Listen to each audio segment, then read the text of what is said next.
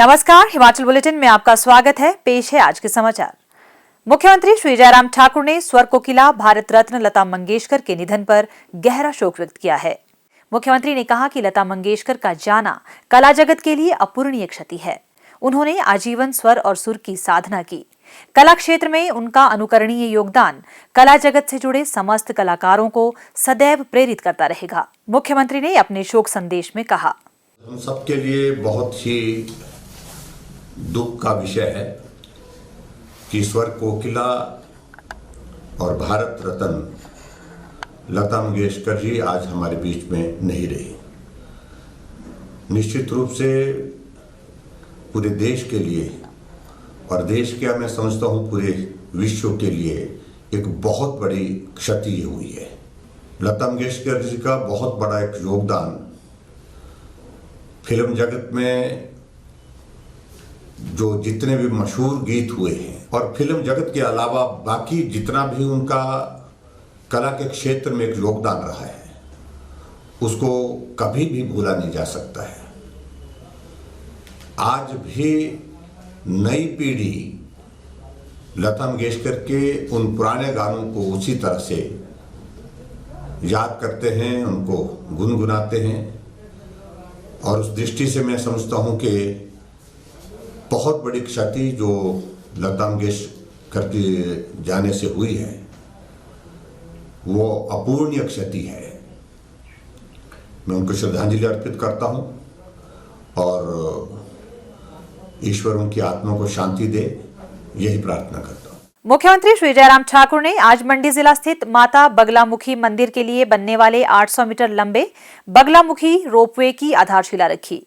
यह रोपवे राज्य का पहला रोपवे है जिसका निर्माण ग्रामीण क्षेत्रों को रोपवे से जोड़ने के लिए भारत सरकार द्वारा स्वीकृति मिलने के बाद नाबार्ड के वित्त पोषण से किया जा रहा है।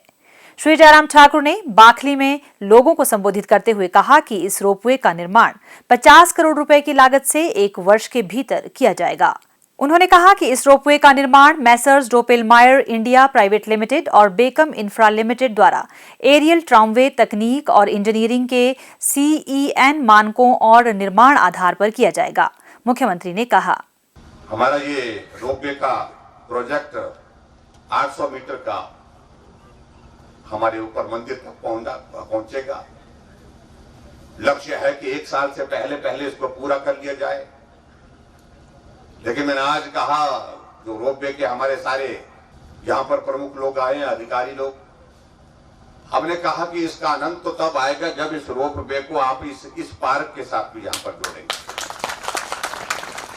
एक फेज वहां से जाकर के मंदिर तक हो लिया, लेकिन मंदिर में आने वाला जो हमारा नेशनल हाईवे का जो टूरिस्ट जब उस पर आएगा वहां से यहाँ पर भी आकर के कुछ वक्त गुजारेगा उसको और भी ज्यादा जो है वो आनंद आएगा, क्योंकि ये जगह बिल्कुल चारों तरफ जो है वो यहाँ पर पानी है और बीच में ये छोटा सा एक ये हमारे पास ये टापू है जहाँ पर लोग आकर के इसका भी आनंद ले सकते हैं। और आने वाले समय में बहुत सारी चीजों को लेकर के हम यहाँ पर इसको डेवलप करने जा रहे हैं।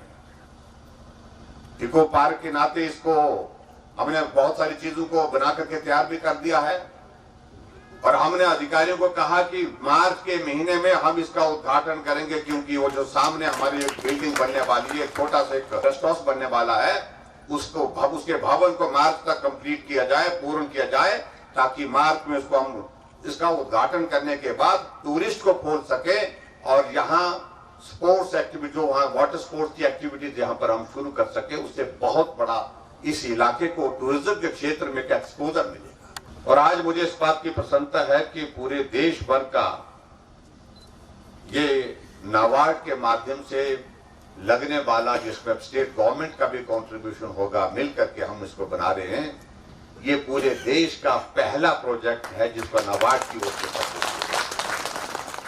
उन्होंने कहा कि इस रोपवे के एक हिस्से का निर्माण द्रंग विधानसभा क्षेत्र और दूसरे हिस्से का निर्माण सिराज विधानसभा क्षेत्र में किया जाएगा। मुख्यमंत्री ने कहा कि राज्य सरकार ने केंद्र को वित्त पोषण के लिए 4 रोपवे भी national highway logistic management limited को भेजे हैं। उन्होंने कहा कि इसमें से चंबा जिले के भरमौर से भरमाणी माता मंदिर तक 120 करोड़ रुपए की लागत से बनने वाले रोपवे की डीपीआर तैयार कर ली गई है। उन्होंने कहा कि इसके अलावा कांगड़ा जिले में 605 करोड़ रुपए की लागत से बनने वाला पालमपुर, थातरी, चौगान, जिला कुल्लू में 200 करोड़ रुपए की लागत से बनने वाला बिजली महादेव और जिला सिरमौर के शिरगुल महादेव मंदिर से चूड़धार तक रोपवे शामिल है। उन्होंने कहा कि 150 करोड़ रुपए लागत की मंडी में शिवधाम परियोजना का पहले चरण का कार्य तेजी से चल रहा है, जो पूरा होने पर पर्यटकों और स्थानीय लोगों के लिए आकर्षण का केंद्र होगा। मुख्यमंत्री ने पंडोह में इंडस्ट्रियल एस्टेट पंडोह के प्रथम चरण का भूमि पूजन भी किया। यहां लगभग 30-35 शेड बनाए जाएंगे, जिसमें मुख्य रूप से हथकरघा और फैशन डिजाइन को प्राथमिकता दी जाएगी। मुख्यमंत्री ने कहा, आज हमने पंडोह में एक और काम इंडस्ट्रियल एरिया का फेज 1 का जो है भूमि पूजन आज हमने किया है, और ये भी हमारे इस इलाके के लिए खासतौर से एक बहुत बड़ी कंट्रीब्यूशन, बहुत बड़ा एक आने वाले समय में एक रास्ता होगा विकास की राह पर आगे बढ़ने का। लगभग 12 बीघा से ज्यादा जमीन वहां पर उद्योग विभाग के नाम पर हमने की है, और उसके बाद वहां पर लगभग 30 से 40 छोटे इंडस्ट्रियल यूनिट्स वहां पर हम स्थापित करने की प्लानिंग कर रहे हैं। चाहे वो फ्रूट प्रोसेसिंग की बात है, चाहे वो हमारे हैंडलूम से जुड़े हुए, फैशन डिजाइन से जुड़े हुए अलग अलग प्रोजेक्ट्स हैं, लेकिन उस इलाके को डेवलप करके वहां पर इंडस्ट्रियल एक्टिविटी वहां पर शुरू हो सके, उस दृष्टि से हमने आज इसकी शुरुआत की है। और मुझे पूरा भरोसा है कि आने वाले समय में निश्चित रूप से उसका लाभ हमको मिलेगा, क्योंकि प्राइवेट सेक्टर का इन्वेस्टमेंट में मुझे लगता है कि हिमाचल प्रदेश में डेवलपमेंट को एक बहुत बड़ा सहयोग दे सकता है। और इसलिए हमने सरकार बनने के पश्चात एक प्रयास किया हिमाचल प्रदेश में ग्लोबल इन्वेस्टर्स मीट का, बाहर से लोग आए हिमाचल प्रदेश में आकर के यहां पर इन्वेस्ट करें, ताकि हिमाचल के विकास के लिए वो योगदान दे सके। उस दृष्टि से भी हमने बहुत सारी चीजों को लेकर के आज से पहले भी आपके बीच में कहा है। मुझे इस बात की प्रसन्नता है कि उस ग्लोबल इन्वेस्टर मीट में आदरणीय प्रधानमंत्री नरेंद्र मोदी जी भी हमारे बीच में आए, और मोदी जी के आशीर्वाद से आज वो प्रोजेक्ट आगे बढ़ा। 13,500 करोड़ रुपए की ग्राउंड ब्रेकिंग हमने फर्स्ट फेज में आदरणीय श्री अमित शाह जी के हाथों से करवाई। जगत प्रकाश नड्डा जी हमारे पार्टी के राष्ट्रीय अध्यक्ष जी उस कार्यक्रम में रहे, और दूसरी ग्राउंड ब्रेकिंग अभी हमारे हिमाचल प्रदेश में हमारी सरकार के 4 वर्ष के कार्यकाल में पूरे होने के पश्चात मंडी में हमने कराई, जिसमें 28,000 करोड़ रुपए की ग्राउंड ब्रेकिंग की गई। ग्राउंड ब्रेकिंग का मतलब यह है कि काम की शुरुआत की गई, और आने वाले समय में बहुत जल्दी वो प्रोजेक्ट जो है जमीन पर दिखेंगे। छोटा प्रदेश, लेकिन नई तरीके से काम करने की पद्धति को हमने आगे बढ़ाने की कोशिश की है, जिसके माध्यम से हमारे नौजवानों को रोजगार की संभावनाएं भी उसमें मिलेंगी, और उसके साथ साथ में रोजगार के साथ साथ में प्रदेश के विकास में भी ये सारी चीजें अपना कंट्रीब्यूशन देगी। श्री जयराम ठाकुर ने कहा कि भारत सरकार ने नालागढ़ में बनने वाले लगभग 150 करोड़ रुपए की लागत के पहले मेडिकल डिवाइस पार्क को मंजूरी दी है।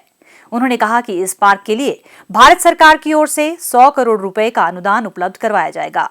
उन्होंने कहा कि इसमें लगभग 500 करोड़ रुपए का अनुमानित पूंजी निवेश होगा और लगभग 10,000 लोगों को रोजगार मिलेगा। मुख्यमंत्री ने बांदल में प्राथमिक स्वास्थ्य केंद्र, सराची में आयुर्वेदिक औषधालय, बाखली में स्वास्थ्य उपकेंद्र, तांदी में नया पटवार सर्कल, फंगैड़ में वन निरीक्षण कुटीर और राजकीय वरिष्ठ माध्यमिक पाठशाला शामलीधार के नए भवन निर्माण की घोषणा की।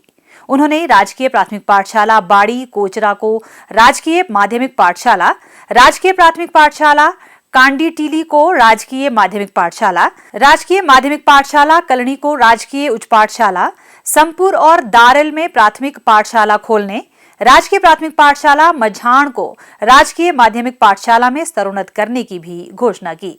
उन्होंने प्राथमिक पाठशाला बाखली में 2 अतिरिक्त कमरों का निर्माण करने की भी घोषणा की। इस अवसर पर भारत रत्न लता मंगेशकर की स्मृति में 2 मिनट का मौन भी रखा गया। मुख्यमंत्री ने त्वारफी में सीसीटीवी निगरानी के अंतर्गत लाए गए राज्य के पहले माध्यमिक विद्यालय परिसर का दौरा किया और विद्यालय परिसर में पौधारोपण भी किया। स्वास्थ्य एवं परिवार कल्याण विभाग द्वारा दोपहर 2 बजे जारी बुलेटिन के अनुसार प्रदेश में कोरोना संक्रमण की जांच के लिए आज 1277 लोगों के सैंपल लिए गए, जिनमें से 717 लोगों की रिपोर्ट नेगेटिव पाई गई है, जबकि 434 लोगों की रिपोर्ट आना बाकी है। अभी तक 43,45,845 लोगों की जांच की जा चुकी है, जिनमें से 40,69,124 सैंपल की जांच नेगेटिव पाई गई है। प्रदेश में कुल 2,76,287 लोगों में कोरोना वायरस के संक्रमण की पुष्टि हुई है, जिनमें से 2,66,100 लोग इस बीमारी से ठीक हो चुके हैं और 6,146 व्यक्ति उपचाराधीन है। हिमाचल बुलेटिन देखने के लिए सब्सक्राइब करें YouTube channel IPR Himachal, follow करें ट्विटर @DPRHP, लाइक करें Facebook page information and public relations department Himachal Pradesh. Visit करें वेबसाइट www.himachalpr.gov.in। इस अंक में इतना ही। कल फिर होगी मुलाकात। दीजिए इजाजत। नमस्कार।